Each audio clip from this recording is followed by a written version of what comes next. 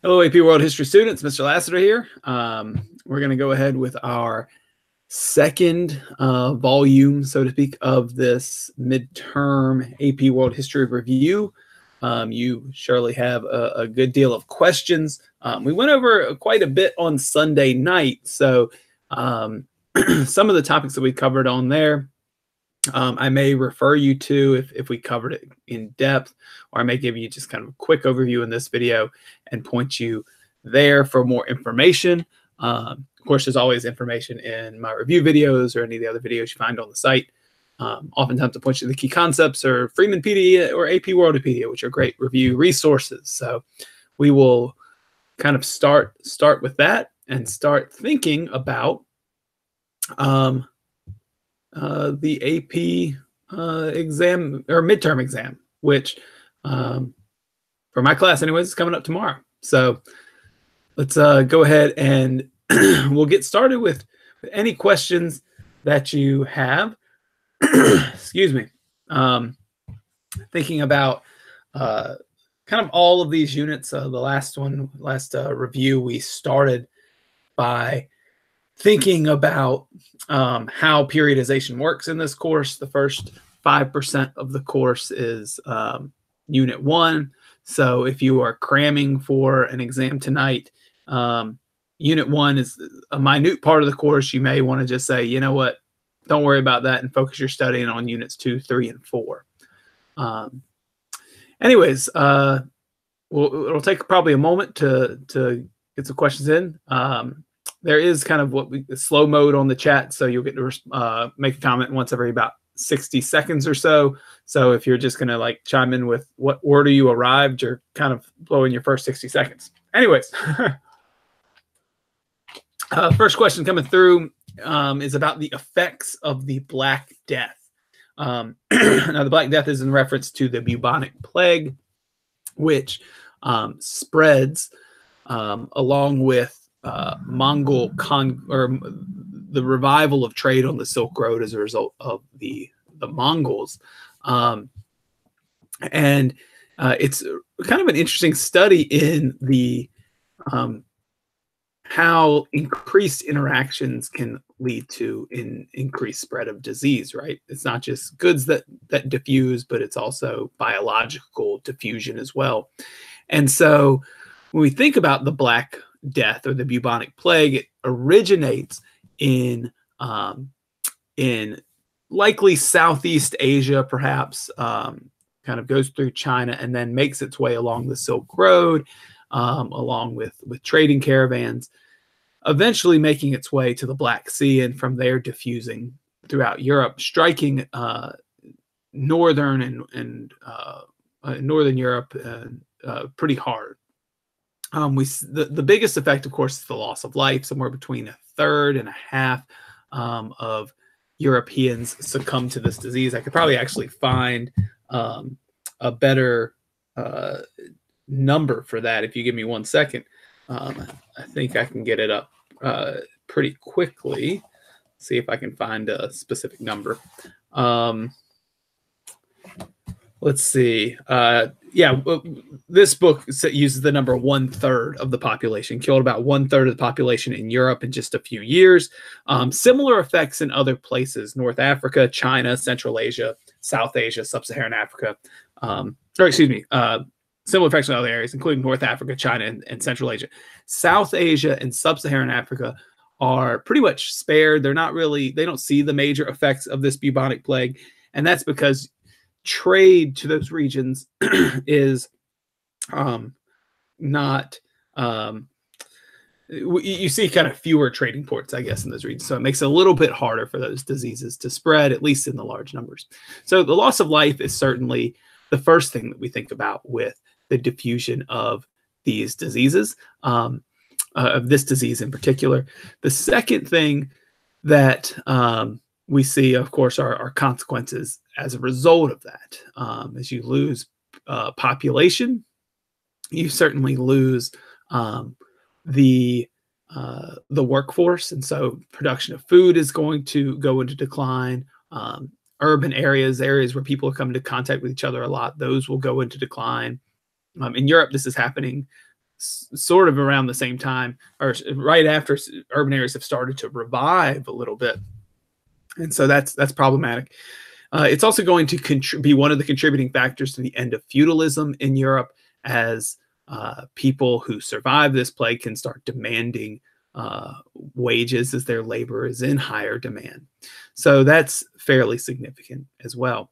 The Black Death or bubonic plague is is oftentimes compared to the spread of other diseases across trade routes, like the smallpox or measles or influenza to the Americas. So look out for that. Sometimes that comes around. Next question. How well do you have to know Russia and Kievan Rus? Well, I would say it's an important area of the world. Russia, over our course, over this AP World History course, really continues to, like, it plays a larger and larger role. It really has no presence in the first unit or the second unit in this course. But as we get into Unit 3 in the Middle Ages, with the establishment of Kievan Rus, understanding that Russia is the largest country in the world by area, that is one of the largest populations, that it plays such a major role in the 20th century. Its role becomes larger and larger. So we have to keep in mind its origins, like we would any other civilization, but it just comes onto the map a little bit later. Certainly knowing the role of Kievan Rus in trade, connecting Northern Europe with what eventually is the Byzantine Empire to this in Southeast Asia. That is an important role. Understanding Russia's role in dealing with the Mongols as tributary states and that power shifting to Moscow, that's important. And then understanding the development of really the modern Russian state that comes about after kicking the Mongols out with Ivan III and then Ivan IV, aka the Ivan the Terrible, and then ultimately the Romanovs who come after. And as Russia becomes more Western under Peter the Great and Catherine the Great following, we'll see it play a much larger role in world politics, because it's going to be engaging with Europe more. And as we know, in time period 4, Europe really comes onto that global scene. So good question. Throughout the course, you're going to have to know increasingly more about Russia. So that's the short answer. Mrs. Lassiter's chiming in. I did not have Hot Pockets for dinner. I had leftover chicken and rice. So anyways, how important will Gupta versus the White Huns be? Okay, so this is a really good question, and it's a reference to the Gupta Empire, right? So in the classical era, we have two major empires to know about in South Asia. What is India? The Mauryan Empire, which is kind of the first of them. It's starts around the year 300 BCE, and the Gupta Empire, which is on the flip side of that, starts around the year 300 CE and lasts until 550 or so CE, right at the end of the classical era. So the Gupta Empire, being a classical empire, some of the reasons it falls is because it is dealing with pressures on its borders, a group known as the White Huns. And so this goes in with pretty much with Unit 2. If we think about the major classical empires, the Roman, the Han, along with the Gupta in South Asia, they ended up encountering difficulties. The key concepts, I actually say, difficulties they could not manage, that led to their decline, collapse, transformation into successor empire states. That's key concepts, looking at that on the screen right now. Now, for in terms of thinking about one of these common factors they have a hard time dealing with, we have to think about people on their borderlands, nomadic or semi-nomadic people who put pressure on the edges of empires, making them difficult to defend and extremely costly to defend. And so when we think about these groups, we usually associate like the Han Dynasty dealing with the Xiongnu, Xiongnu, I think is how that's spelled, we think about Rome with the Germanic tribes, the Visigoths and the Vandals and all those groups on their borders that really start their way westward because of the migration of the Huns that kind of starts that domino effect. And the example for Gupta India was the White Huns. That's the group for them. Knowing just kind of that extent, that idea that they put pressure on their on the empire, that's probably sufficient for this course. I'm again going to a solid review book to see if there's anything else that is noteworthy for this group. But that's what comes to mind when I think about it. Yeah, so there were nomads from the northwest. They brought one of the things that brought the final downfall to the Gupta dynasty. They had already begun shrinking when the White Huns conquered North India. They took over Western India, and this is an important thing. As these groups are coming in and like breaking up these empires, of course, that's going to disrupt trade. So any trade between South Asia and Rome, for example, or Eastern Rome, the Byzantines, by this point in the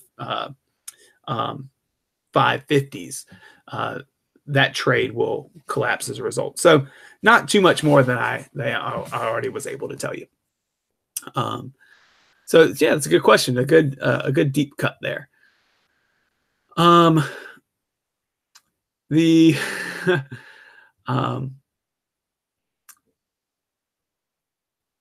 Let's see.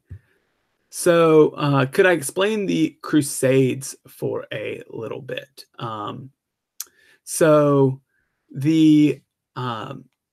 In thinking about the one second, I'm going to boot a user here. We'll do a little reporting and we'll move back to the chat. So explain the Crusades a little bit. As far as the Crusades go, this is an important Middle Age interaction between European Christians and Middle Eastern Muslims. And so when we think about this, these crusades that are taking place, they are certainly wars that are devastating to Christian-Muslim relations, probably in the long term. If we think even to today, they're devastating in terms of loss of life in the time period. But they also create new connections between Europe and the Middle East, which reignites trade between the two regions, reignites a transfer of knowledge. Now, if we get into why the Crusades were called at all, we have to think about the growth in power of the Islamic empires. And then eventually this group known as the Seljuk Turks, who take over land that had formerly been held by the Byzantine Empire. The Byzantine Empire was practiced Orthodox Christianity, Eastern Orthodoxy, and only about 40 years before the Crusades are called, 41 years before the Crusades are called, in the year 1054, the Eastern Orthodox Church, centered in Constantinople, and the Western Roman Catholic Church, centered in Rome, they formally had split in a schism in the year 1054. And so it had only been about 40 years that these two branches of the Christian church had formally split. It had only been about 40 years.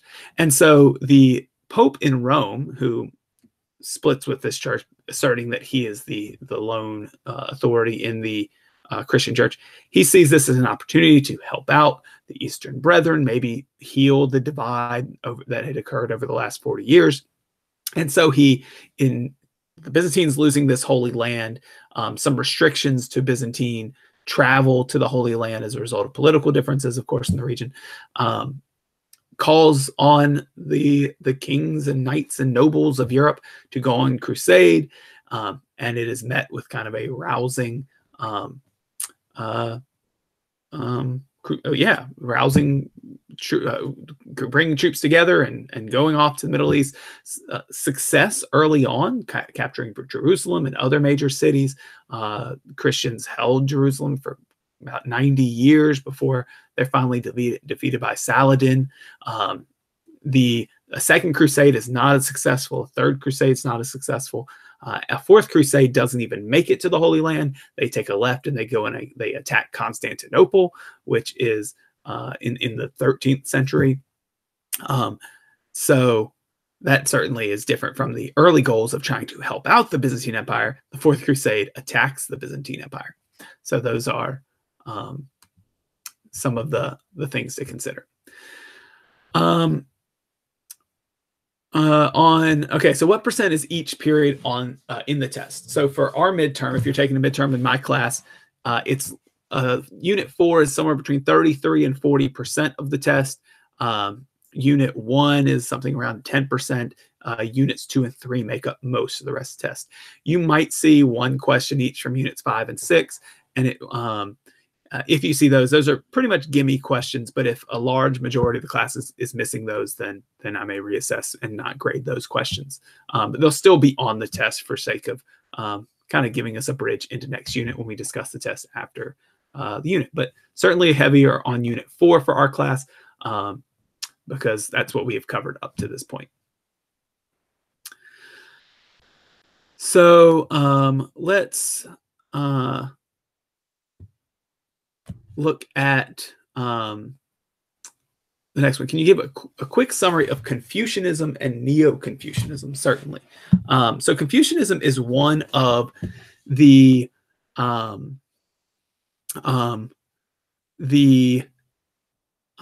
major philosophies that comes out of China, especially the warring states in China, the warring states period. It sought to, like legalism did, like Taoism did, to find a way that people can have harmony in society. And Confucianism basically says that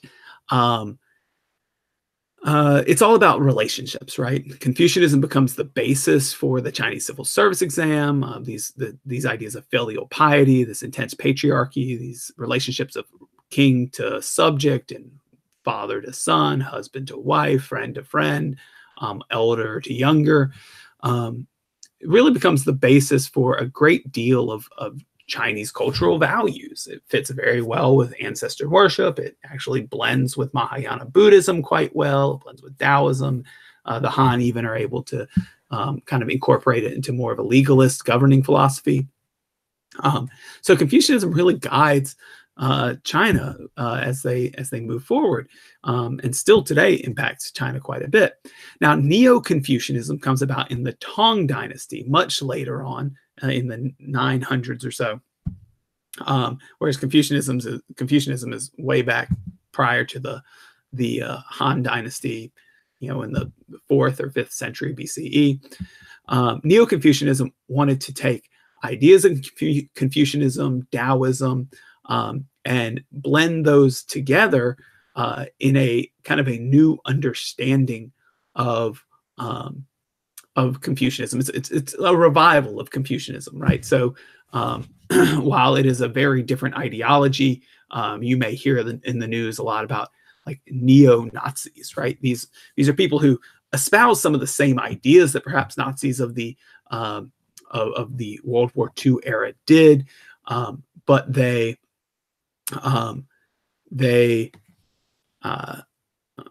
have kind of revived those ideas. That's what Neo-Confucianism does. It revives the ideas of Confucianism and moves them to the forefront. That was in a large part a reaction to the influence of Buddhism on China. And in the Tang Dynasty, there is, of course, that reaction to Buddhism that takes place. All right, so next, let's take a look at, let's keep scrolling here. Can you please explain the slave trade in the Mediterranean and Indian Ocean? Sure thing. So there's not a whole lot to explain there beyond the fact that the slave trade did exist. in in our course, we don't have a kind of a great number of examples, I guess, that we pull out of particular uses for slaves in the Mediterranean and Indian Ocean. But it had always existed since early time of the Romans, and certainly as East Africa becomes more engaged in trade, certainly as the trans-Saharan trade is established. So that system of slave trade had pretty much always been in the works, although not nearly in the numbers that we see with the transatlantic slave trade. So, as far as like giving specific examples, off the top of my head, I'm blanking, struggling to do so. I was going to look and see if I could find some particularly. I mean, we can think about way back in the Roman Empire, right? They go and conquer land in North Africa, and they bring those slaves back to work either in their colonies in North Africa or in the Roman Empire themselves. Slaves certainly were used in the Ottoman Empire. And during its rule, oftentimes slaves, especially female slaves, would be traded into the Middle East to like work in like households or anywhere along those lines. So those are some of the things that slaves would do. But keep in mind, they're not in such massive numbers doing like creating a new economy, basically, is what we see in the Caribbean and Brazil with the transatlantic slave trade. And that also slaves that were traded in the Mediterranean Indian Ocean were not necessarily slaves that were what's the word?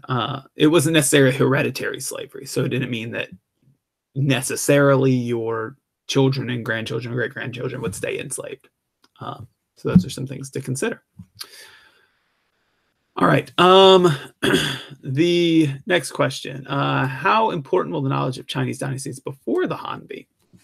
Well, important. Maybe not as important as the Han. But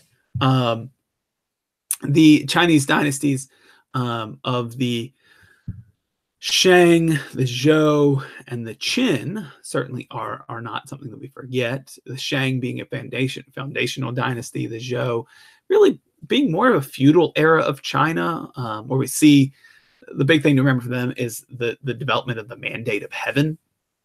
But I would say more important than that, those two are the Qin dynasty. Remember, the Qin dynasty is very short-lived. Only one ruler, Qin Shi Huangdi. He unifies China. He's a legalist, builds a centralized government, divides China into provinces, starts building the Great Wall, certainly influences the development of a lot of the techniques for administration that empires need to be successful. A lot of empires do these things, like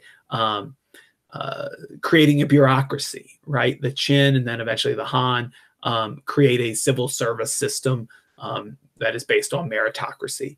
The Qin dynasty standardizes weights and measures. It standardizes the Chinese language.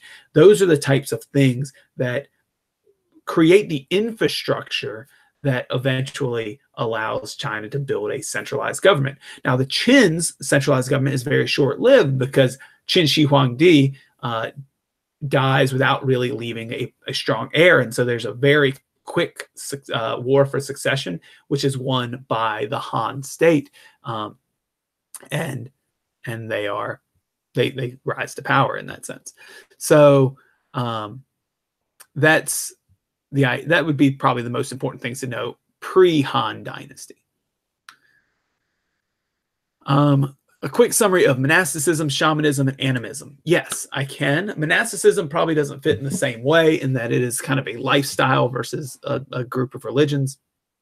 When we think about the animistic religions, or religions that we would classify as animism, those are religions that believe in kind of a spirit, the idea that the world is inhabited by spirits, that there is an interaction between the physical world and the spirit world. Animism is a religion that we see primarily in nomadic lifestyles, nomadic groups, not exclusively, but it is seen as perhaps a more, by some people, as a more primitive form of religion, in that it is not a religion that is necessarily characteristic of civilization, because it doesn't always have very strict written down things or rules or what have you. It's not necessarily codified, and there's a lot of different traditions. So we see animist traditions in the Americas. We see it in anywhere you have like nomadic groups of people in sub-Saharan Africa, West Africa. It was very common until Islam and Christianity come to the region. In some regions of Africa, it's still very common. So that's animism. It's this idea that spirits kind of inhabit the world, our world space, and that they interact with the real world, or with the physical world, the corporeal world, I guess we would say. Now, shamanism sometimes builds off of that, and shamanism is really associated with kind of shamanistic practices. So that you have these kind of holy men or women, these people who can, through perhaps entering a trance-like state or something along those lines, they can get in touch, get in contact with the spirit world. And so that's oftentimes something we see with shamanism. Now, monasticism is more of a kind of a separate type of thing. Monasticism is a lifestyle that is found in many different religions, especially modern religions, whereby men usually practice spirituality, but separated from society. So these monks might move elsewhere, might move to a monastery where they live a life more so of solitude, of work and prayer and a spiritual life. It's something that is associated with with Christianity. It's something associated with Buddhism, and there are some instances where women experience monastic life as well. There are monasteries for women. Sometimes you see the term nunneries used, and so that type of lifestyle can be felt for them too. But in the medieval world, whether it's looking at medieval China with Buddhism or medieval Europe, these monasteries can be quite influential. They of course are agents of, in Europe anyways, agents of the church. They often owned a great deal of land. Abbots who were in charge of monasteries could often be quite powerful in politics in different regions, as they controlled a good bit of land and thus a good bit of wealth. So that's some basics of monasticism. Other than that, I'd tell you to maybe take a quick look at Wikipedia for some more specific examples. What do you think? What do I think is the most important topic or thing to study for? This is tough, because as soon as I say that, somebody's going to ask a question and say, well, explain that, Mr. Lassiter. So for me, thinking as perhaps one of my students, I think oftentimes we focus on kind of the celebrity history, perhaps, and of course we think about the important people or the important empires, but we don't spend perhaps enough time studying and thinking about perhaps the less glamorous parts of history, thinking about labor systems and the importance of labor systems, thinking about spread of food crops with the Columbian Exchange. It's always a popular topic. Might encourage you to review your trade networks, and think about, what traded or who traded where, and perhaps what were the ages or the ages of the height of the Silk Road. We talked about the Silk Road a lot on our Volume 1 review on Sunday night. So if you're interested in that, I'd advise you to take a look there. So maybe focusing on some of the less glamorous. I think the most important thing might be at this point, if you're kind of looking for a last minute thing, read through those key concepts. If you search AP World History, course guide or AP World History key concepts that will come up very quickly. In fact, your textbook that you use might have them even in the textbook. And that really gives you a study guide, a list of things to study and know about. It gives you a lot of good terms, excuse me, to know, and it covers a lot of major concepts, at least the trends in history. Now, the key concepts will not give you every specific example of every trend, but it's a good review for the trends. And if you know the language of the key concepts, at least when you get to the AP exam, the exam I'm going to give is certainly based on the AP exam. So you'll see a lot of that same language used and become more familiar with it. But it also depends on what you're struggling with. If in my class, of course, today in our classes, we did a vocabulary activity. If that was very difficult for you, I would say take a look at the key concept vocabulary list that I gave you and use that as your studying tool. That's a good question. It's tough because I love everything. I think everything's important. What should we know about the Maya, Aztec, and Inca? Ooh, good question. So these, of course, are our three major Amerindian civilizations that develop. The Maya civilization is actually seen really in our classical time period.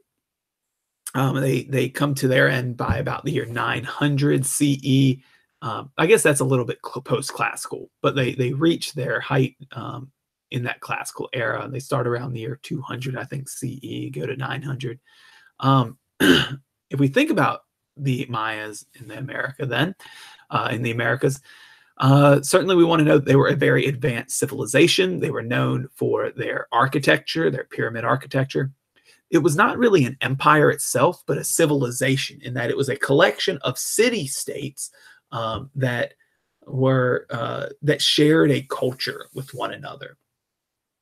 They had a fully developed writing system. Everybody probably knows that they had a calendar, like a cyclical calendar. They had advanced religious beliefs.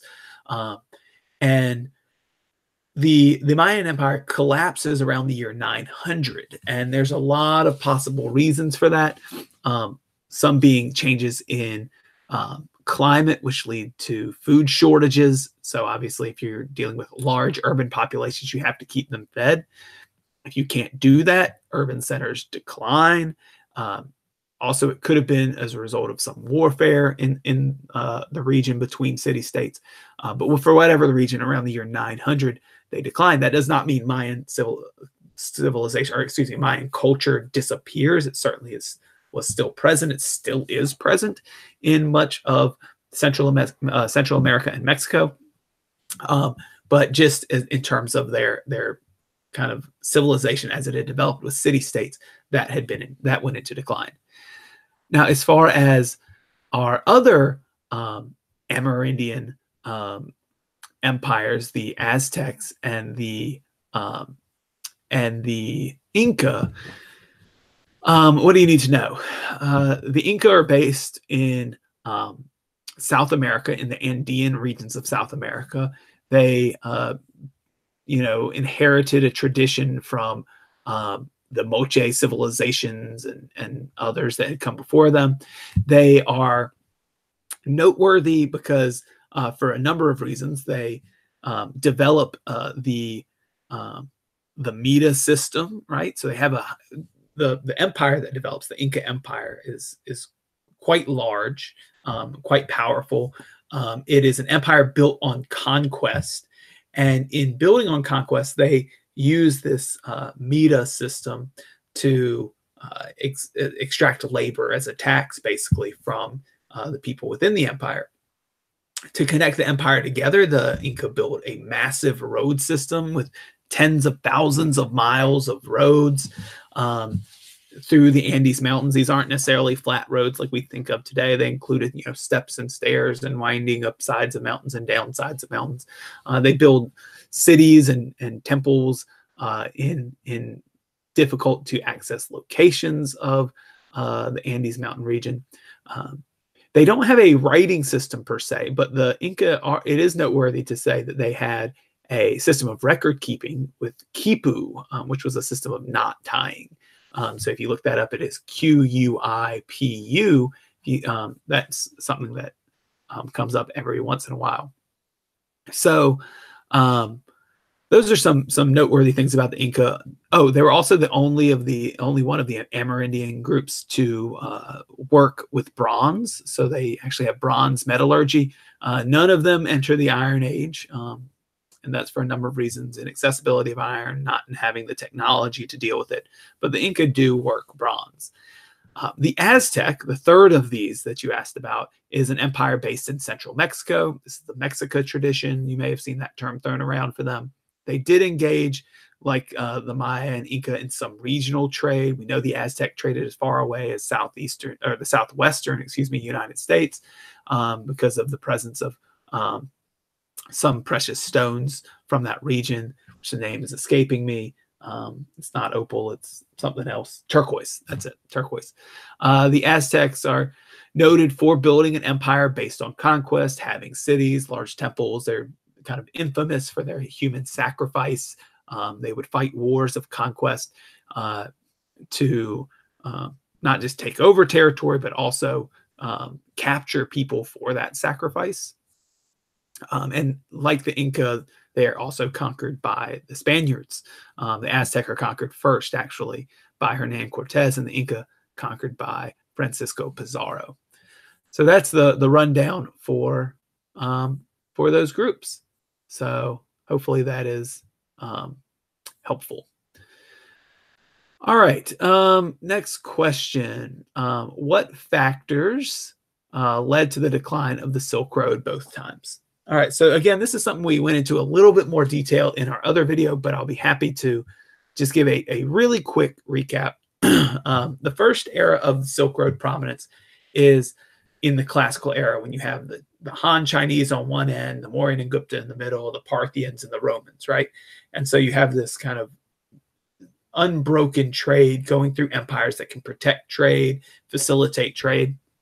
When those empires start to decline, the Roman Empire breaks apart, the Parthian Empire falls, the Gupta Empire, the Han Dynasty fall. That is going to disrupt trade along the Silk Roads and lead to decline. Does that mean all trade disappeared? Certainly not, but it means that it becomes much more difficult to get goods from one end of that Silk Road to another. That Silk Road has a period of revival with the Islamic caliphates and the rise of the Tang Dynasty in China. That reignites trade along the Silk Road. When those groups start to weaken, again, there's a lull or a recession in trade. And then as the Mongols come through and establish an empire from basically the Mediterranean, the Black Sea, all the way to the Pacific, they are going to reignite trade, and that is really when the Silk Road will reach its peak usage. Now, beyond that, when the Mongol empires start to fall apart, that decentralization once again disrupts trade. So we see Silk Road trade on the decline again because of other factors as well. Indian Ocean trade is on the rise. Eventually, when Europeans start looking to circumnavigate or not circumnavigate the globe, to sail around Africa and sail westward to try to reach Asia, they will find other routes to reach Asian goods that are more efficient and more profitable than overland trade. Keep in mind, the Silk Road is a relay trade. Somebody from China creating a good sells to a merchant who will travel with it, trade it to somebody who will travel further and trade with somebody else who travels further and trade somebody else. And those goods could pass dozens of hands before reaching their destination in, let's say, the Middle East or even further on in Europe. And every time it touches somebody's hands, they have to make a profit. They have to be paid. And so goods can become quite expensive. Now, if you're a European merchant, from Portugal, let's say, and you know that getting black pepper spices passes through 20 hands and thus it is very expensive, there is already kind of a market price for this. And if you can go straight to Asia, even if your voyage is more expensive, in your ship you can carry much more black pepper back, and you can pay its going price in India, which might be much cheaper because it's passed through many fewer hands, and you can sell it for the same price in Europe because that is what Europeans are used to paying for it. So it becomes quite profitable, and it becomes much more common to see those goods traded in that maritime era as we get to 1450 to 1750 time period 4. So that's another factor in that decline in Silk Road trade. Again, does that mean Silk Road trade will disappear? Certainly not, but it simply just becomes, it can't compete with the other trade networks after that point.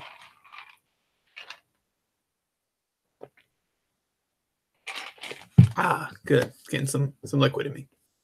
What factors led? Oh, I've already answered that question. Well, will codes such as Code of Hammurabi or Code of Ur-Nammu be important? Ooh, what a great code that is, the Code of Ur-Nammu.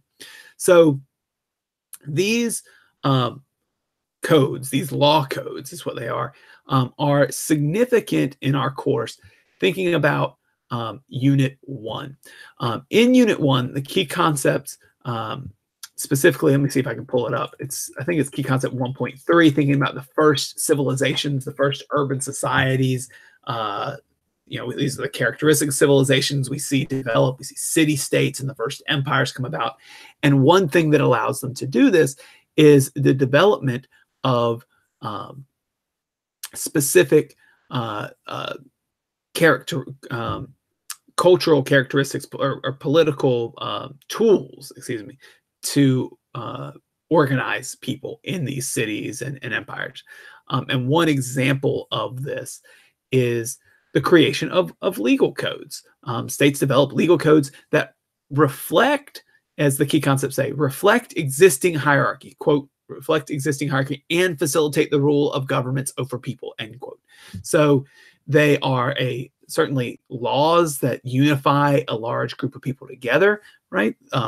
Usually they reflect the culture of the people. They're written in the language that the people understand, or maybe multiple languages if you're talking about an empire. They reflect religion and myths. They might enshrine the social hierarchy in a legal code. If we think about the Code of Hammurabi, for example, it talks about magic being used, and of course that goes to religious beliefs. And on top of the stele where it's written, there's an image of Hammurabi receiving the code from the god. I can't remember if it's Hamish or Shamish, or I think it's the god Shamish, one of the gods of Babylon. So certainly it reflects that religion. It also reflects social hierarchy in Babylon. For example, in the Code of Hammurabi, some crimes receive different punishments depending on where you are in the social ladder. If you can pay off, if you steal from someone but you have money, you can pay them a fee or pay a fine. But if you have no money, if you're a slave or a non-free person, perhaps you might be may pay with your life, right? So different punishments for different social classes. Again, reflecting the culture of the time, enshrining those in laws aimed at allowing governments to rule over the people. The Code of Ur-Nammu is just another example of these legal codes, and it is from the city of Sumer. It is, I'm not sure, I believe it's an incomplete law code where we have portions of it, but I'd have to fact check myself on that. But it's another example that we have from the region, and one that you are quite possibly could see an excerpt from. But know that just like the Code of Hammurabi, it serves that same function, reflecting existing hierarchy, facilitating the rule of government. All right. Kind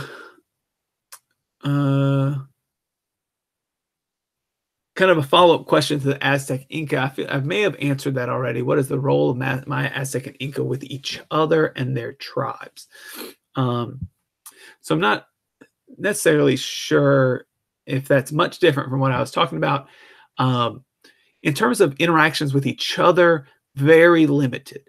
The Inca Empire and the Mayan and Aztec maybe more so. Mayan culture and the Aztec culture, certainly we've interacted through trade. The Inca much more isolated, and for a number of reasons. Think about I think Jared Diamond proposes the idea that, the axis of the Americas, right, that north-south prevents some movement of goods or of plants, for example, that could be, it makes it more difficult to transfer.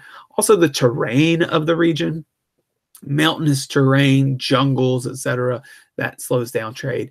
And simply that these regions did not have very advanced sailing techniques. So we aren't going to see much ocean going at all from these groups.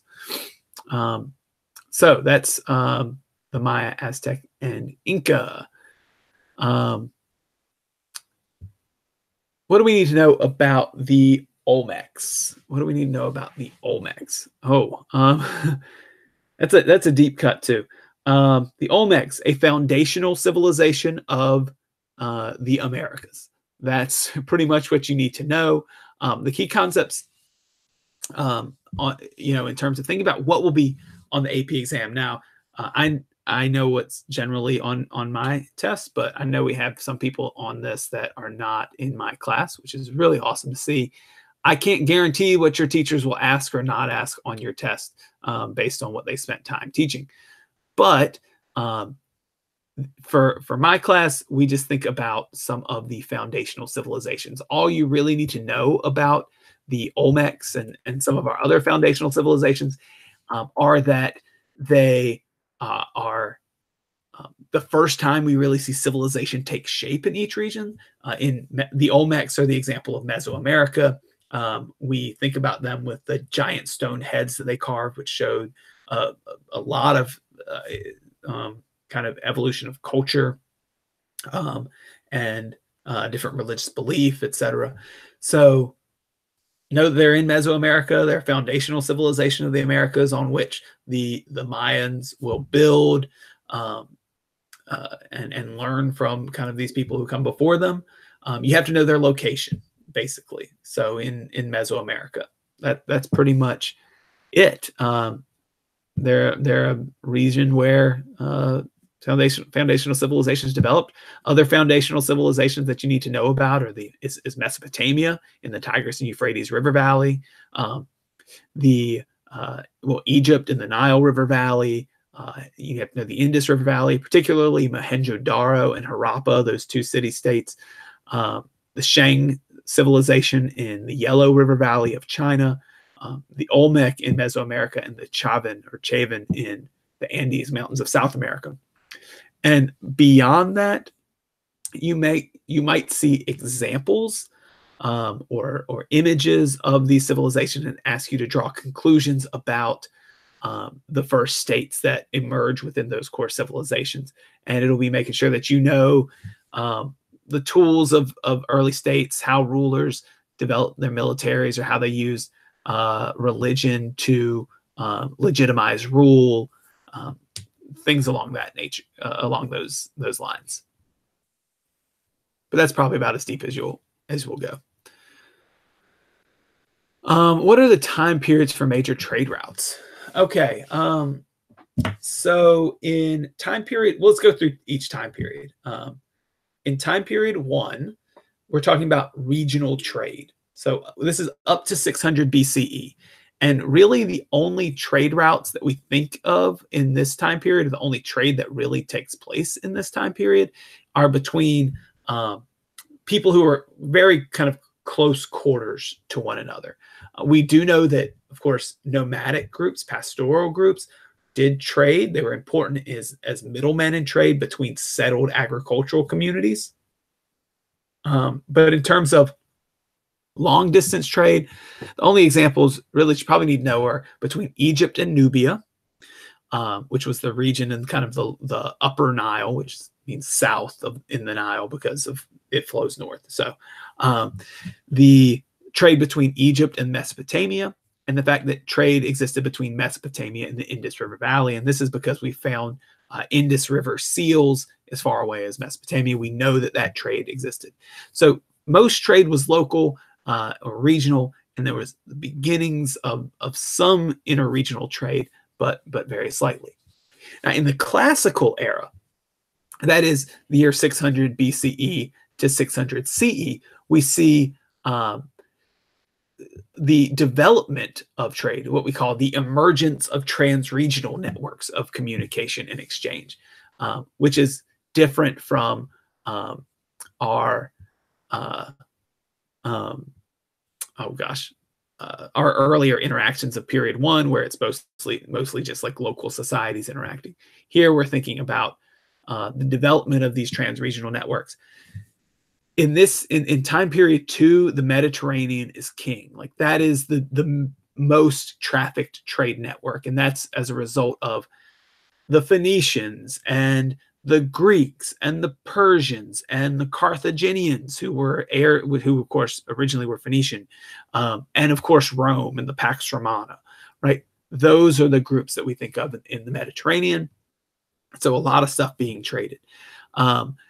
The Silk Road probably is second in terms of traffic, right? It develops in this time period, in time period two, connecting China all the way to the Mediterranean. The Indian Ocean develops in this time period, expanding trade, of course, dealing in more heavyweight objects. Not necessarily the biggest trade network. It will reach its peak in time period three.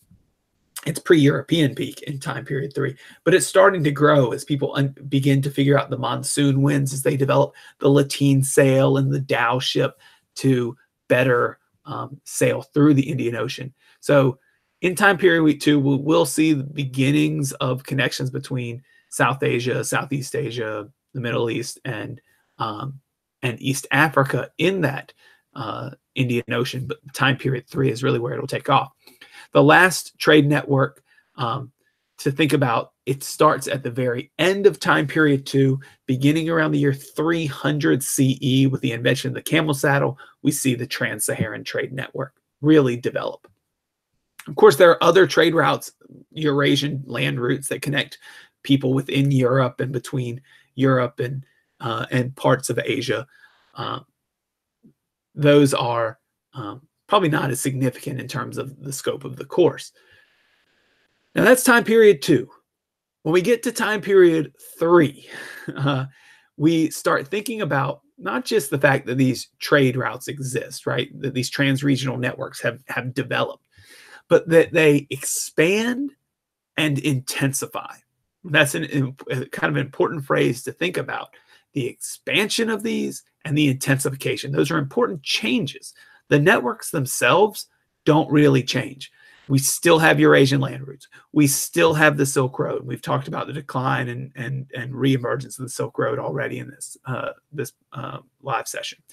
The Trans-Saharan trade, again, it's still there, but it will expand and it will intensify, especially as West Africans begin trading more with Muslims in North Africa, and there start to be those connections between the two. Mansa Musa, of course, being a great example of this. The Indian Ocean trade will reach its peak. It's the king of the time period, and it is going to firmly connect the Swahili coast of East Africa, the Middle East, South Asia, Southeast Asia, and eventually by the end of the time period, China. Well, China's always involved in it, but much more so when Zheng He comes along. So those are kind of the big trade networks. We also see in time period three, those trade routes that are expanding and intensifying, they lead to powerful new trading cities along them. So, if we think about Eurasian land routes, maybe a place like Novgorod, Trans-Saharan network, Timbuktu, the Indian Ocean, places like Calicut, cities on the Swahili coast like Kilwa, cities in Southeast Asia like Malacca. Those are going to be powerful cities on the Indian Ocean network. On the Silk Road, the emergence of the city of Baghdad in time period three is quite important as well. So all of these things are kind of play a role. But again, expansion, intensification in time period three. And in time period four, we see all of those same trade networks, right? The Indian Ocean still exists. The Silk Road still exists to some extent, although it will kind of decline in importance. The Trans-Saharan trade will still exist. There will still be trade in the Mediterranean, but a new trade system will emerge that really connects our two hemispheres, really globalizing that network of communication and exchange, which is talked about all through Key Concept 4.1, and that is the Atlantic system, certainly known for its triangle trade route most of all. But the Atlantic system develops. A Pacific system also begins to develop by the end of this time period, though it is not as trafficked as the Atlantic network. And by the end of time period 4, by 1750, the Atlantic network is king. It is the carrying the most goods, especially in time period 5. So those are kind of the trade networks. Of course, after they develop, there's a lot of continuities in them and the goods that are traded. I'd refer you to Freemanpedia. That he has a lot of good maps showing, what goods are traded on which networks. It's just, that's kind of too much in the details for me to really get into in this live session, but could be important. All right, so question about the test, knowing facts versus reading comprehension. So I can never deny that AP World History is very heavy on content, and that might be facts and figures or knowing what trade routes are, or what we're mostly focused on trends in this course, and then being able to know those examples, maybe those facts you would consider that support those trends, that evidence.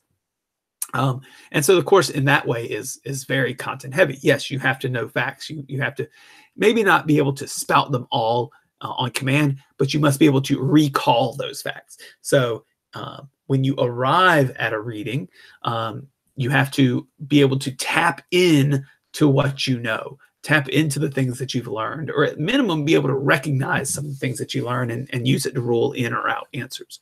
The midterm that I give is entirely stimulus based. So certainly there will be a good bit of reading on the test, but not just reading of text, reading of images, reading of architecture, reading of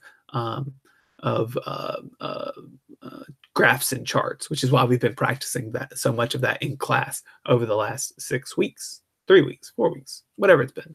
We've been on this unit.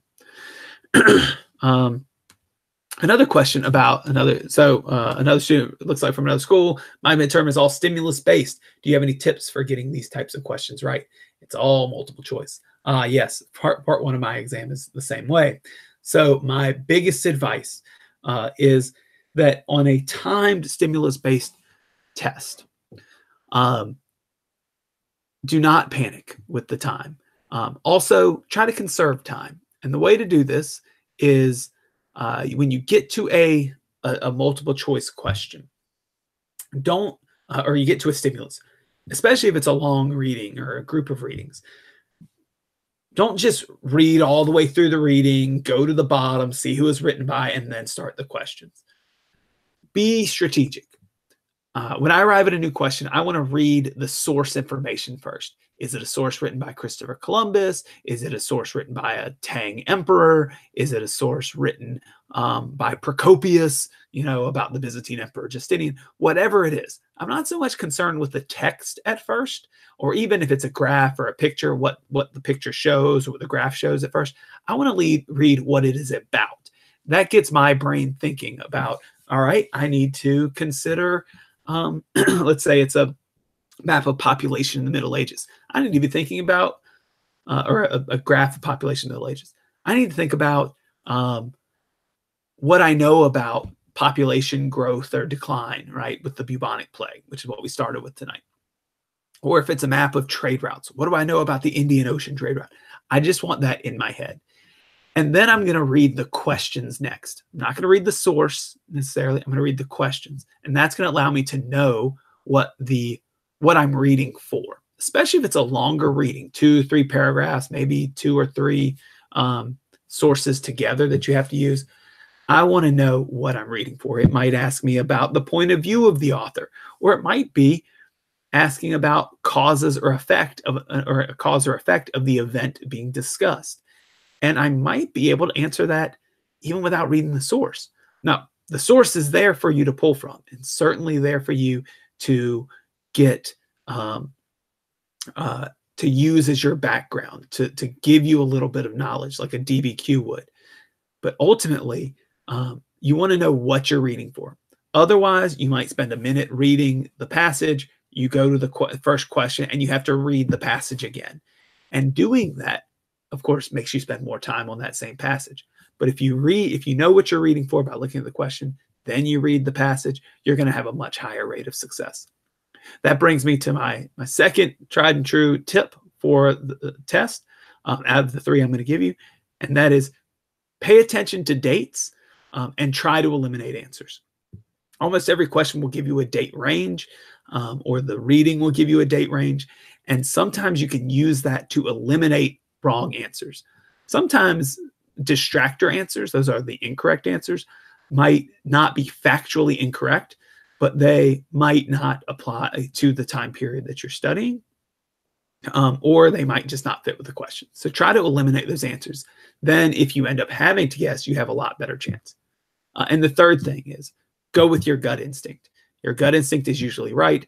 Research shows that when you change an answer on a test, you are more likely to change it from a correct answer to an incorrect answer than the other way around. So if you are unsure, you're down to two answers, and your gut tells you one, go with it.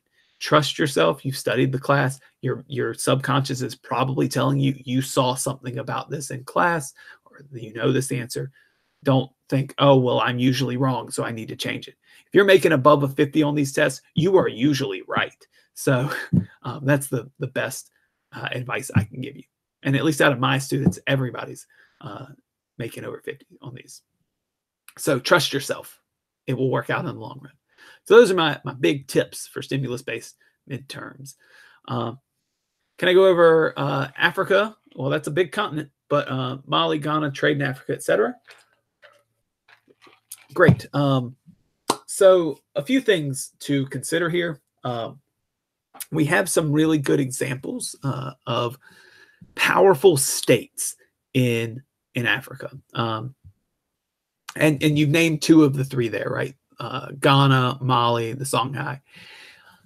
I don't want to lump them all together too much, but just let me say this about them. All three are West African kingdoms that thrive via trade. The reason why they are able really to rise as empires at all is that they are engaging in trade in that trans-Saharan trade network. Being in West Africa, they have access to three things that people outside of West Africa want. That is gold, ivory, and slaves.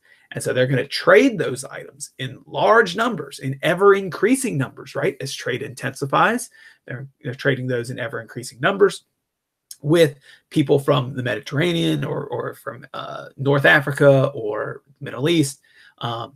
And they are receiving, of course, money in return, but salt is one of the big items that is sent back to sub-Saharan Africa. Now, these empires are built around this trade. The Ghana Empire, for example, when it goes into decline, partly because it tries to tax that trade. So trade kind of shifts away from it, weakening it, allowing Mali to grow and then eventually conquer that region. The Mali Empire, I'd say, is one of the more important for the reason that it is the Mali Empire that really forms a strong connection with the Islamic world, which allows Islam to spread much more into sub-Saharan Africa. Of course, the leaders of the Ghana and Mali kingdoms empire converted to Islam. Usually it was the elites that converted through, and in the Mali Empire anyways, it was Mansa Musa, who is very well known for carrying, his 70 camels laden with gold on pilgrimage or Hajj to the Middle East, causing like a crash in the economy of Egypt, which is kind of that fun story. But he brings back with him Muslim scholars. He brings back with him Muslim teachers and architects to build mosques, to teach people. There's an important book trade that actually comes about. Timbuktu becomes an important center of knowledge in West Africa because of books coming from North Africa, especially about Islam. And of course, where Islam goes, Arabic spreads, and literacy spreads too, as people want to be able to read the Quran, right? So that's kind of an important thing to consider with that West African kingdom, that connection it makes for that intensification of trade across the Sahara Desert in that trans-Saharan trade network. So those are the big things I would say to know, and that connects to that issue of trade. Go over explorers and conquistadors that we should know for period 4. Certainly, I can do that. Explorers and conquistadors. Let's start with Portugal. Explorers for Portugal. Definitely know the guy who kicks it all off. That is Prince Henry the Navigator.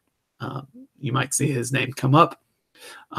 Portuguese, in terms of Portuguese explorers, I don't think you'll need to know my great whatever grandpappy Gil Eanes, but he's a cool one.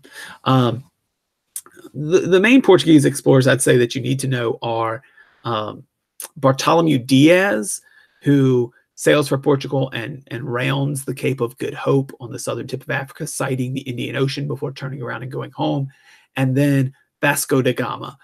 Vasco da Gama is the first European to reach India by sea. He does so in 1498, only 6 years after Christopher Columbus, who was a Spanish, well, he's itself Italian, but he sails for Spain, explorer, who sails westward trying to reach India and instead rediscovers, I think I'll use that term, rediscovers the Americas for humanity, but really discovers it for Spain. And so those are the main explorers, I would say. Other than that, maybe Ferdinand Magellan, who circumnavigates the globe, lays Spanish, the basis for Spanish claim to the Philippines, where he dies, and then his voyage is continued by his men. In terms of conquistadors, I think the only ones you really need to know are Hernan Cortez, who conquers the Aztec, and Francisco Pizarro, who conquers the Inca. I think those would probably be the only names that would show up. However, oftentimes the AP exam likes to throw a curveball at you and might share a source about someone you haven't heard of who is a conquistador, and they might label them a conquistador. So as long as you know the trends of what those people did, it'll allow you to help answer the questions. All right. What are the most important things to know about Africa during period 3? I kind of answered that with Mali, Ghana, etc. I would also throw in, that's really thinking about the trans-Saharan trade. I haven't talked much about the Swahili coast. So the east coast of Africa is extremely important to trade in the Indian Ocean in time period 3. So I don't want to downplay that. Certainly, Islam spreads to East Africa through the Indian Ocean trade, but the Swahili coast is important sources for, like most other things, gold, ivory, slaves, exotic animals, even from Africa, which are shipped elsewhere. A really great story is of the Muslim eunuch sailor Zheng Ha, who sailed for China in the Ming Dynasty. He was the Ming admiral, and he sails into the Indian Ocean, bringing back a giraffe as a gift to the Emperor of China. I believe he receives the giraffe actually in India, but it originated, of course, in sub-Saharan Africa. So kind of an interesting connection there, and shows you really the extent of that trade. So that's what I would throw in there, just understanding the importance of those Swahili city-states in terms of overall trade in time period 3. I think that's the big stuff. All right, let's hear what else we have. Can I go over the Chinese dynasties, or the most important major ones, major differences and their similarities, if you're short on time? I can certainly do that. So there's a really great song.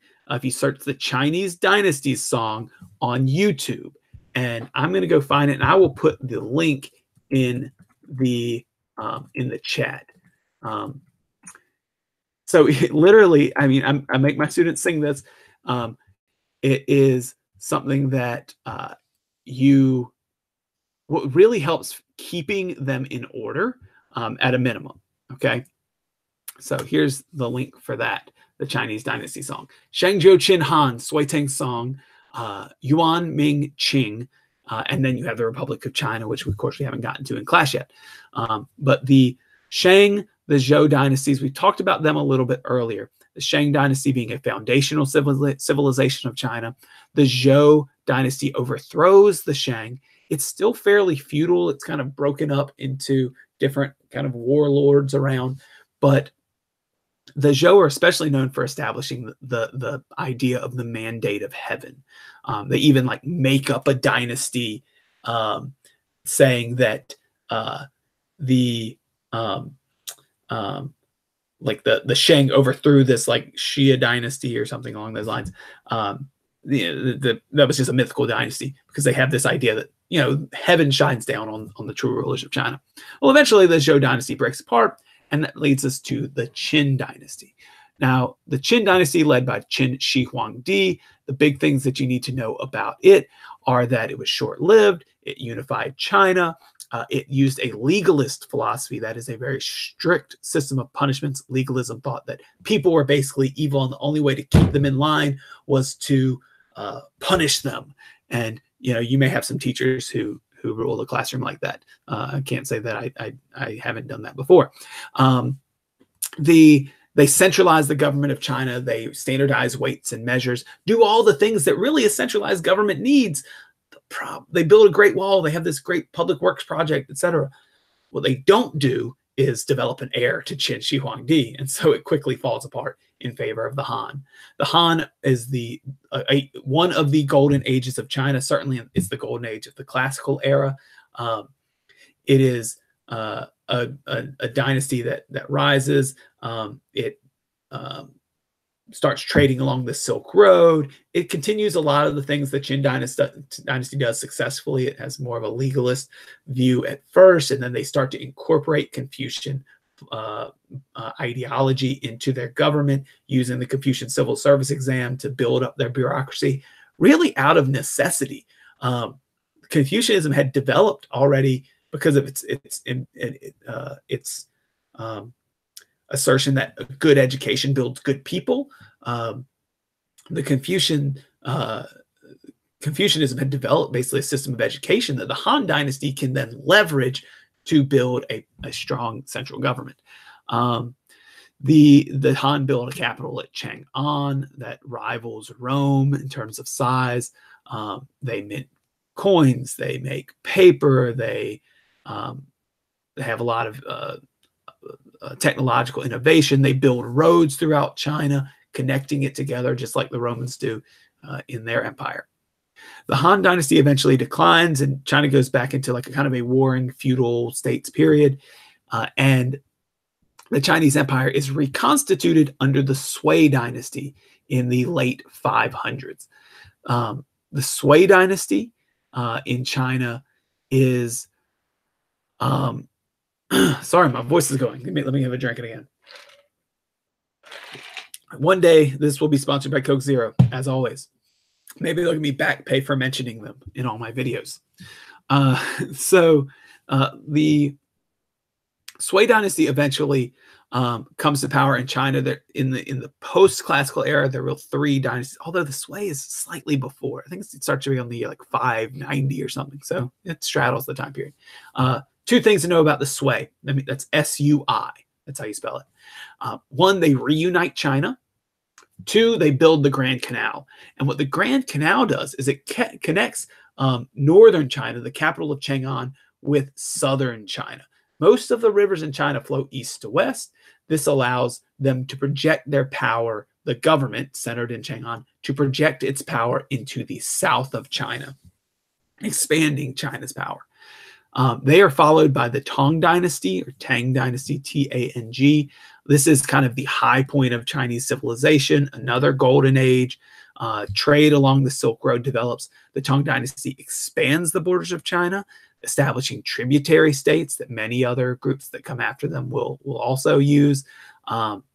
They have a period where Buddhism becomes very influential. Empress Wu, the only female empress of China, comes about in this time period and elevates Buddhism above Taoism in importance. But there is, of course, in the Tang Dynasty, a backlash against Buddhism later on that seeks to destroy Buddhist temples and the like.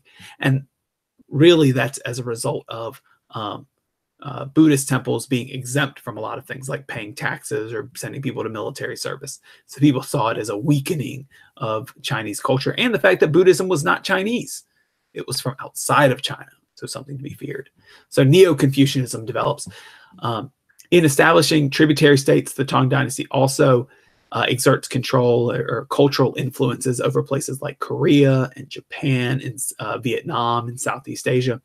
We called this Sinification in our course, thinking about how those regions adopted and adapted Chinese culture to their own needs.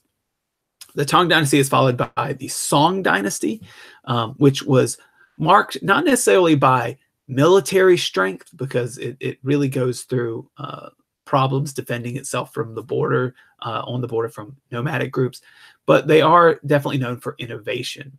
Some say that they were close to their own industrial revolution. They were using coal. They had invented a lot of things. They were using paper money. They were using gunpowder. A lot of things that a lot of technological advances come out of the Song Dynasty of China, but ultimately it falls in favor of the Yuan Dynasty of the Mongols, one of the major khanates. And so the Yuan Dynasty, of course, rules over China for a couple hundred years. They are followed by the Ming Dynasty of China, which for a time looks outward and looks into the Indian Ocean for trade. That is Zhonghua. They establish tributary states there. But conservatives come to power in the government who think that is not worthwhile. And so China kind of retreats. And the Ming Dynasty is followed by the Qing. What's remarkable about the Qing is it is the second time in China's history that they're going to be ruled by outsiders. The Yuan Dynasty, if we think about similarities, the Yuan Dynasty was ruled by the Mongols, right? These are outsiders ruling over the ethnic Han Chinese. The Qing Dynasty, Qing, they are ruled, it is also sometimes called the Manchu Dynasty because it is the Manchu ethnic group of people from the region of Manchuria that come in and dominate China, ruling over the ethnic Han Chinese, keeping the ethnic Han Chinese and Manchu separate, forcing some of the Chinese to adopt Manchu practices like dress and hair, but still allowing the ethnic Han Chinese to take some positions of government, although not the most elite positions. The Qing Dynasty will last from, oh gosh, I don't have a date in my head for the start of it, but it lasts until it falls in 1910 or so, 1908, 1910, in favor of the Republic. But that video I linked in here is really good for helping you at least keep these things in order. It is something, definitely studying those Chinese dynasties is tough. They definitely can blend together. You know, we didn't go into like peasant rebellions in each one or problems that each dynasty faced. I'd tell you to maybe look at your key concepts if you want to get more into the weeds there, but that's about as much as I have time for in this. So thank you for that question. Really good one. How would you best recommend it for studying for an all stimulus test apart going over the key concepts? Well, that's the best one, I would say. A stimulus-based test, I would say you study for it like any other test. Now, if you have a vocabulary test, obviously flashcards are the way to go, but flashcards can be helpful for a stimulus-based test. If you have vocabulary terms that you need to practice, right? Being able to recognize those or use those or at least know what they're talking about, those are going to help you on a test.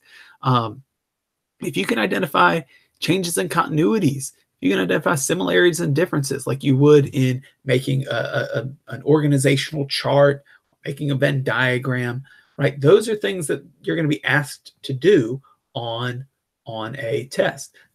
If you have trouble keeping Chinese dynasties in order or keeping empires in order, then a timeline might be a good way to study. Just making those timelines, going through your textbook or going through your notes. Whenever a new dynasty is mentioned, maybe mark it down on your timeline so that you have kind of a visual picture. It is tough to study for a stimulus-based test in that you don't know what stimuli are going to be asked. Hopefully you get something you recognize or a source that you've seen before, but it's not guaranteed. So know that these tests are designed to make sure you can do certain skills. Make sure that you can think with chronological reasoning and understand cause and effect. Make sure that you can draw conclusions from an argument or look at supporting evidence or evidence that might corroborate or even refute a point that's being made. Again, identifying changes in continuities or similarities and differences. That's what it's going to ask you to do. So if you can do those skills in studying, then you can do them on the test. Practically making practice questions for yourself, studying with a friend, quizzing people, quizzing each other, doing flashcards. Those are active study habits that will certainly help. So pick the one that you think might work best, especially if you don't have much time before the test. When in doubt, make some flashcards. Mr. Ramos, I hope you did not fail your test. I'm sure that you did fine. Yes, of course, everyone's welcome here. I know that I skew these toward my classes, but I'm happy to answer questions for anybody else. We kind of get a kick out of it. How much do you have to know about Japan? Here's another question. Good question. Japan, until we really get to the modern era, it always kind of, in a sitcom, you talk about like guest stars. These people, you don't have, in our course is like starring China and India, right? Or any merchant or trader, right? They're like the weekly stars. They're on the TV show every week. And Japan kind of pops up every time you need a shot in the arm. It's kind of like, what is it? Regina George. No, not Regina. That's from, what's that show? That's from Mean Girls. Georgina from Gossip Girl. That's who Japan is in our course. She pops up in that show anytime you need some drama. Japan doesn't necessarily always cause drama, but it always kind of throws a curveball. So Japan pops up in the medieval time period, or the post-classical era in our course, really as in two capacities. One, as we think about its government attempting to centralize by trying to become more like China, in that it wants to be a government that governs more. But it's really, just a feudal region, right? Japan is divided into like 100 or so different principalities, mini kingdoms, whatever you want to say, daimyo lands. And as it tries to become more like China, it gets some pushback. It tries to implement the Taika reforms, and they do not work. So you have basically the shogun in charge. You have nominally an emperor in charge, but really the shogun runs the show. But only as much as these local elite, these local aristocrats, these daimyo allow them to, because these daimyo have their own militaries full of these samurai. And this feudal system is oftentimes compared to that of Europe. Now, Japan also kind of has a role in its interactions with China, certainly trade with China, but also those cultural influences of China on Japan, seeing the spread of Buddhism to Japan, seeing the spread of Confucianism to Japan. So it has that guest starring role. In time period 4, we start to see China's government centralize. And this is happening at the same time Europeans arrive in China. Remember, they bring with them guns, and the Japanese learn how to manufacture these guns and learn how to use these guns. And Nobunaga puts them in the hands of his military, and it allows him to begin centralizing Japan. So really that interaction, that bringing of Japan into this global trade network, especially as silver becomes important because Japan starts mining silver themselves to join this trade network, Japan's going to become a major player. It certainly, after centralizing, tries to shut itself off from the rest of the world, except from the Dutch, right? We talked about Dutch learning in class. But it's going to give it time to form a centralized government and begin to unite together. In our next time period 5, we're going to see that centralization really allows Japan to call the shots once Europeans come in with their gunboats to force them to trade. And Japan's economic elite, are going to take the opportunity to take this trade opportunity to vault Japan into kind of an important place in the global world.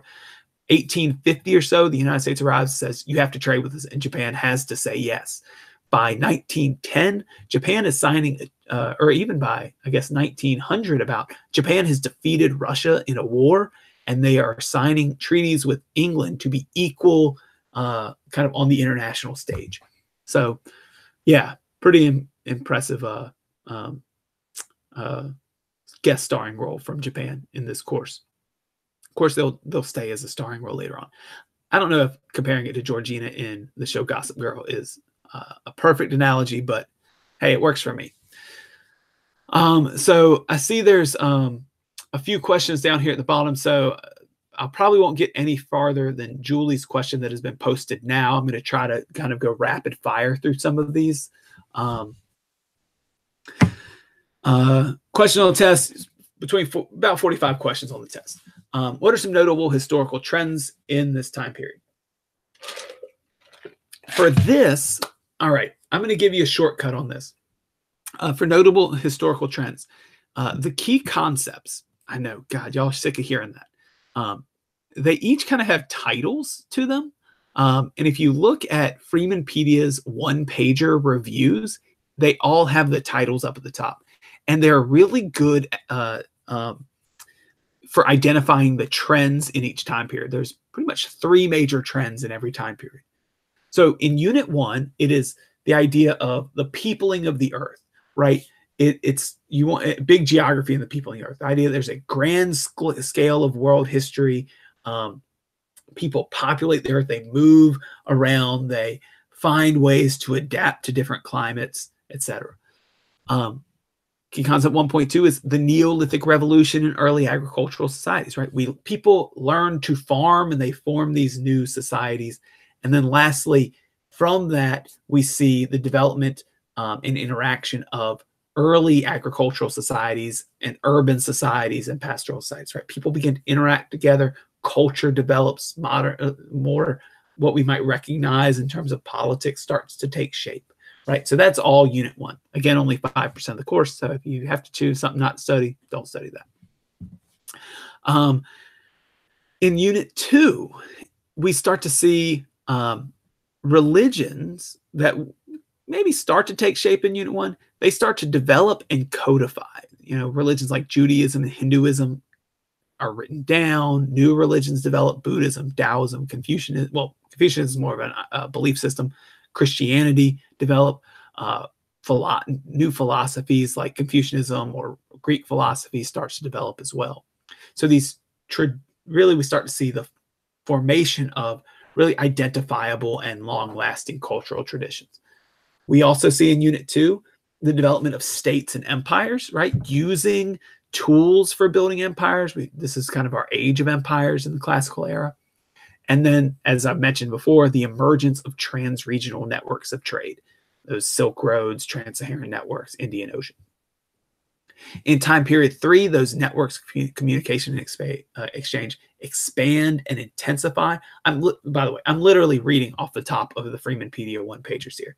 It's just like it'll say the key concept and it will say the name of it. And that's the trend that I'm identifying. So trade expands and it intensifies. Another thing is that states that had existed in previous time periods. Some are reconstituted. They can and kind of continue, right? The Byzantines pick up where the Romans left off. The Sui and Tang pick up where the Han left off. And then there are innovations in state forms, like the Islamic caliphates and the Mongol khanates, right? Feudal system in Europe and Japan. And then the last thing really for key concept 3.3 is that there is an increase in economic productive capacity. People are starting to produce more and more. There are the growth of cities, which allow things to be produced, innovations in farming, which allow more food to be produced. Of course, that's going to have an impact on population. An example of this, although this may seem kind of off the side path, champa rice developed in Vietnam, spreads to China, leading to a population explosion in China. So those are some of the things that we see. Also, the spread of religion in time period 3, the new religion of Islam being chief among them. In time period 4, we don't just see the expansion and intensification of trade. We see that trade becomes global. It will intensify even more because of this. We see global trade. We see global currency with silver. The Columbian Exchange is an important thing to understand. Again, it's not a trade network, but it is a process of goods and people and animals and plants and all sorts of things being exchanged between the Americas and Afro-Eurasia. We see, because of these economic changes, new social organization will change. We'll see new social elites develop. We'll see new social structures in Spanish America. There's like a new social hierarchy that develops. Lots of new systems of labor, new types of coerced labor develop. And then lastly, because of this generated wealth, states are able to consolidate and begin expanding their empires. This happens with land-based empires like Russia, the Safavids, the Ottomans, the Mughals, China under the Qing. And it happens for maritime empires, the British, the French, the Spanish, the Portuguese, the Dutch, right? They're able to consolidate power within their region, especially Europeans, and then expand once they do this. Basically, throughout history, people just get better at ruling other people, which is kind of crazy. All right. Let's see. Can I quickly give an overview of the Islamic gunpowder empires? Ooh, we're at an hour and a half right now, so I'm going to go for about 15 more minutes, and I'm going to have to stop because I got to go to bed, y'all, and so do you. The Islamic gunpowder empires. Quick overview. The Ottomans in controlling the trade from the end of the Silk Road, taking over the region that makes up really southeastern Europe, the Middle East, parts of North Africa. The Ottomans compete for trade routes with Europeans. Oh gosh, what are some other things to know about the Ottomans? They're a Muslim empire themselves, right? So they practice Sunni Islam predominantly.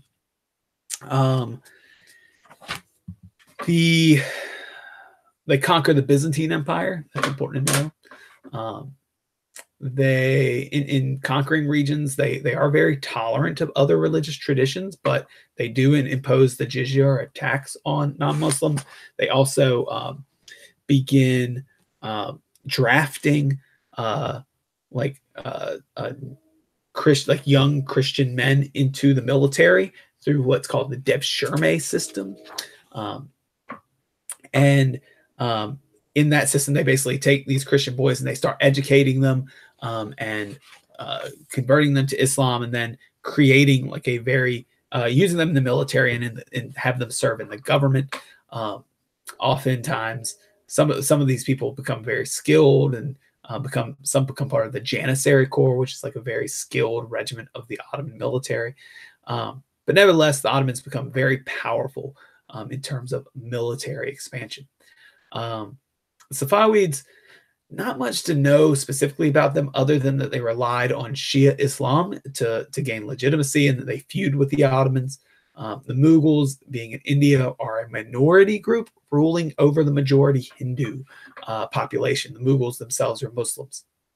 The Mughals are known especially for their art. Oftentimes you'll see Mughal art combine elements of Persian and Indian and Central Asian art together. And they also kind of, it's an era of artistic and architectural renaissance. The building of the Taj Mahal is a good example of that. All three of them land-based empires. All three of them expand through especially the use of gunpowder.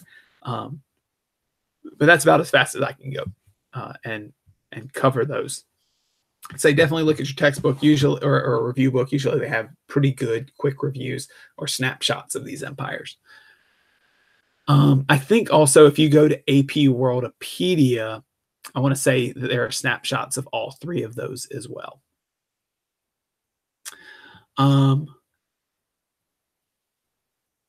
Explaining Bushi, Daimyo, and shoguns. Yeah, so shogun is basically kind of like a military leader, like the most powerful daimyo in Japan. Really kind of eventually when we get to the Tokugawa shogunate, he is like the military leader, the ruler of all of Japan, although there is more of kind of a spiritual leader in the Japanese emperor.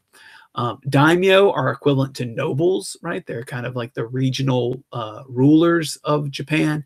So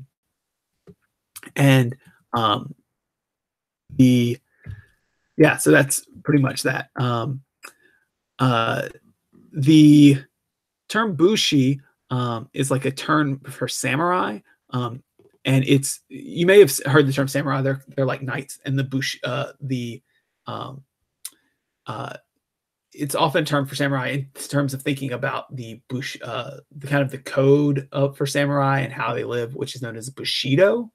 And that is the kind of code of honor for the Japanese samurai that dictated their way of life. And it's loosely, we might say, it's similar to the code of chivalry in Europe and the knights there. So that's some of those basic terms that you may have heard me using here. Vocabulary, I think, is important to an extent. If it's a word, I know people are sick of me hearing this, say this. If it is if it's in the key concept, you have to know the definition. It's fair game on the test. But the test does a pretty good job of defining some words that you may already know or may not. Can you explain Judaism when it was polytheistic or before monotheistic Judaism? So this is one of kind of like an interesting topic. Judaism as a religion, right? Nowadays it is firmly monotheistic, right? The belief in one God, in Hebrew Yahweh, or oftentimes instead, because the name of God is so holy that it's not spoken, is referred to as Adonai or Lord. Judaism is monotheistic now. But it really develops, of course, out of Mesopotamian religious traditions. So if you look back, maybe in the past, in like the early years of Judaism, there are mentions of other gods and the idea that there may be other gods out there, but the Jewish God looks after the Jewish people. They are the chosen people. And from that, we get into like this stage called monolatry, which is really this idea that perhaps there are other gods, but this is our God. We think he's the one God, so we only pray this one God. But if you think about the idea, I guess, as these theologian philosophers did, the idea of the existence of a God, and if a God is a supreme being, then perhaps the most supreme being that could be imagined would be a lone God, a single God. And so we do see kind of that development pretty early on in Judaism of the idea of monotheism, the fact there is only one God. And that's something that's also seen, of course, in Christianity and Islam. And so we have to understand, like anything, like any other religion, religions can grow out of other religious traditions or can be influenced by other religious traditions. And so that is perhaps why, looking kind of at the history of Judaism, you might see a change in language from the idea of the Jewish God versus, the god Baal or something from Mesopotamia, to more of that idea of a single God, and there shall be no other gods. In fact, there are no other gods, etc. And that idea of monotheism really persists in Western religion. What is a good source for the classes in the New World, like Creole, so I can memorize what each one is? Oh gosh. The ones that you really need to know are Peninsulares, who are Europeans who are European ethnically and born in Europe. Creoles, European ethnically, born in the Americas. Mestizos, mixture of European and Amerindian, and mulattoes, mixture between European and African ancestry. As far as a good source for that, AP Worldopedia might have a little bit on that, and a rundown of that social hierarchy. If you search the Castas system, Castas, you will likely come up with a lot of information. I would say just knowing the Peninsulares, Creoles, Mestizo, Mulatto, and what those terms mean, you'll be pretty good on that. Do you have any examples of potential SAQs for period 1 through 3 on your class exam? Not off the top of my head. There's a lot of stuff that's fair game there. I will say if you're writing an LEQ or an SAQ, it's going to be aimed at some topic. So take a few minutes at the start of the exam instead of jumping right into it. Brainstorm what you know on the topic. If it's about trade networks, write down what you know about each trade network and write on what you know. For the SAQ, you don't have quite as much time to do that, but certainly you can kind of brainstorm in your head possible answer for the question. Always make sure that you pay attention to the SAQ. Is it asking for you to identify or explain? It's asking for you to identify, give that example and perhaps a definition for it. If it asks you to explain, you have to tell what the process is. How or why does your answer to the question, your evidence, fit the topic? So ACE it, right? Answer the question. It says, if it says like explain one way in which empires decline, explain one answer, say this is one way. Here's an example of where it happened in Rome, for example, nomadic groups. Here's an example. In Rome, they dealt with Germans. And then how that led to the decline, right? It was too expensive to defend against them, which led to other issues, or perhaps the sacking of the city of Rome led to people being led to the government breaking apart, or whatever it is. As long as you explain the how or why, what you answered arrives at that point. So those are my only real tips on that. I do have videos that I'll refer you to on SAQ, LEQ, and DBQ. And if you kind of want some more tips or a better understanding of those topics, just search in my channel. Will your LEQ be on period 4? I haven't decided yet, probably. So that's the answer to that question, Julie. It probably will be on period 4. I might choose one that stretches a little bit further back and maybe goes between time periods. Perhaps maybe choose like the year 300 to 1750, just to throw you a little curveball. But it is likely on period 4. Let's see.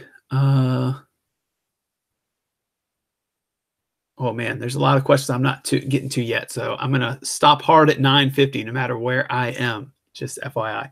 Our class did one on the gunpowder empires. You guys have to have those, watch out. So that's just a little back and forth. What are the most important characteristics of the Song and Ming dynasty? I have generally talked about this. The Song dynasty, off the top of my head, I would say for the Song, it is technological innovation and their inability to deal with nomadic challenges. The Song dynasty is split into 2 periods, the Northern Song and then the Southern Song, when they're forced to retreat due to the incursion of nomadic peoples, and then they move to the south. That really cuts them off from trade on the Silk Road. So they start to trade at the Indian Ocean. And that's where we see diasporic communities develop. The Ming Dynasty uses those to establish tribute states. When the Ming rises after the fall of the Yuan Dynasty, they trade a great deal with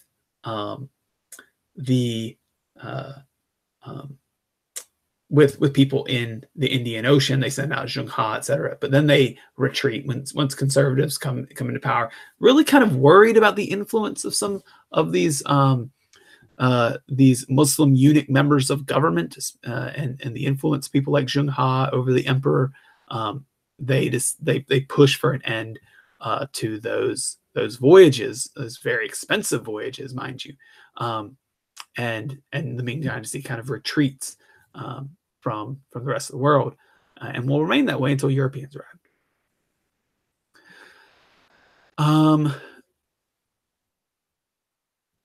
Let's see. Some discussion of Judaism. Yeah. So I will say this with the idea of is Judaism polytheistic, monotheistic. Of course, that's something that's kind of still debated of like when it separates. When do we say that Judaism truly develops? And some would say, well, not until it's monotheistic do we really consider it Judaism versus a Hebrew religious tradition or something along those lines. So there is kind of we got to tread lightly there because certainly that is up for debate. I'm giving kind of my perspective on it from what I know. All right. Can I give you a list of what you can consider gunpowder empires? Okay. Shoot. Well, we could argue that a lot of empires are gunpowder empires. You could argue that European empires. You can argue the United States is a gunpowder empire. But I would say more practically in our class, the Ottomans, Safavids, Mughals. You may throw Japan in there because they use guns to centralize. But those three are the big ones. If you see the term gunpowder empire on your test, it'll probably be in reference to one of those.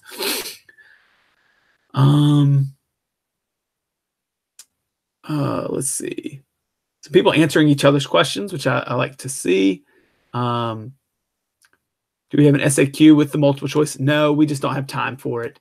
We're gonna have to do I'm gonna have to do a better job next semester of having you do more short answer questions. That is something that in favor of doing more LEQs this semester I've left off, and certainly there's a lot of points to be had on LEQs. So we're going to try to incorporate those more next semester, maybe doing those kind of as quiz grades or something that's maybe a little bit less than a test, but will get you some practice and get you some credit for them.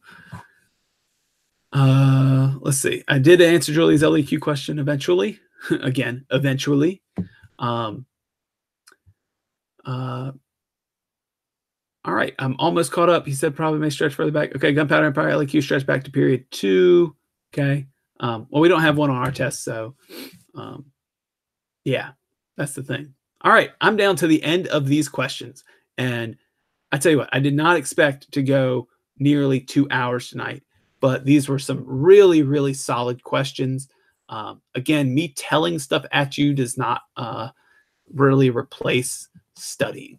I hope that you heard at least one question that cleared up maybe a misconception you had or some confusion, but certainly take some time to study.